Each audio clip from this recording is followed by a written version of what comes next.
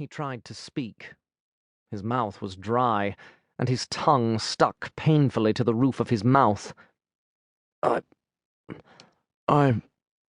Here, have a sip of water. She held a nippled bottle, like a baby's, for him. The water was warm and stale.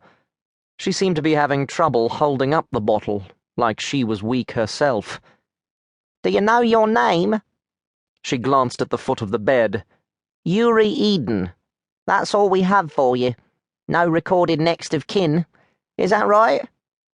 He just shrugged, a tentative movement, flat on his back. She looked him over, peered into his eyes, checked some kind of monitor beside the bed. My name is Dr. Poinar. I'm ISF, I have a crew rank, but you can call me Doctor. You've taken your time coming out of the induced coma the peacekeepers put you into. Still, it was easier to ship you through the launch that way. More than half the crew dreamed it all away, in fact. I'm going to see if I can sit you up, okay? She pressed a button. With a whir of servos, the back of his bed began to tip up, lifting him, bending him at the waist. He felt weak, and his head was like a tub of sloshing liquid. The ward greyed around him. He felt a crawling sensation in his right arm, some kind of fluid being pumped into him.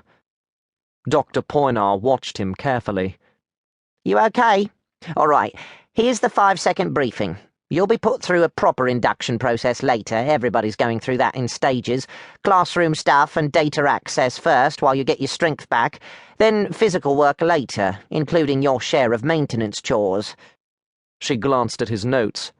More of that if you end up on a punishment detail, and looking at your record, that seems more than likely. But the priority for you is reconditioning.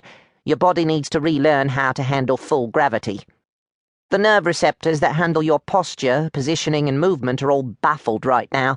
Your inner ear doesn't know what the hell's going on. Your fluid balance is all wrong, and you're going to have low blood pressure symptoms for a while. Here, drink this. She handed him another flask, and this time he took it for himself. It was a briny fluid that made him splutter. You'll get courses of injections to rectify your bone calcium loss and such, and physio to build up your muscle strength and bone mass.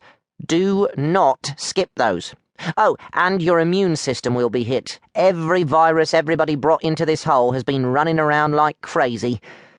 You'll have a few weeks of fun with that. Later on, there will be further medical programs, pre-adaptation for prox, preventive surgery of various kinds. She grinned, faintly cruelly. How are your teeth? But that won't be for another year or more. Prox? A baby started to cry, not far away. Dr. Poinar asked, Any questions? I'm sure there are masses. Just use your common sense. For now, just sit there and let the dizziness pass. Don't lie down again. I'll come by later and see if you can take some solid food. And watch out for the catheter. The nurse will remove that later. Take it easy, Yuri Eden. She walked out of his view. Still, that baby cried, not far to his left. Very cautiously, he turned his head that way. The greying returned, and a ringing in his ears, but he waited until it passed. He saw more beds crowded into a room that couldn't have been more than 7, 8 meters across, smaller than he had expected. Some of the beds had cloth partitions around them. More medical types and a couple of servo robots glided through the narrow spaces between the beds. Equipment dangled from the ceiling, including what looked like a teleoperated surgical kit, all manipulator arms and laser nozzles and knives. In the bed closest to Yuri, to his left, lay a young woman, a girl, really, pale, blonde hair, fragile-looking, intensely beautiful. She cradled a baby, a bundle of blankets. As she rocked it, the crying slowly subsided. She saw Yuri looking. He turned his head away, making his vision spin again. At Eden, he'd developed the habit of avoiding eye contact, of giving people their own bubbles of privacy.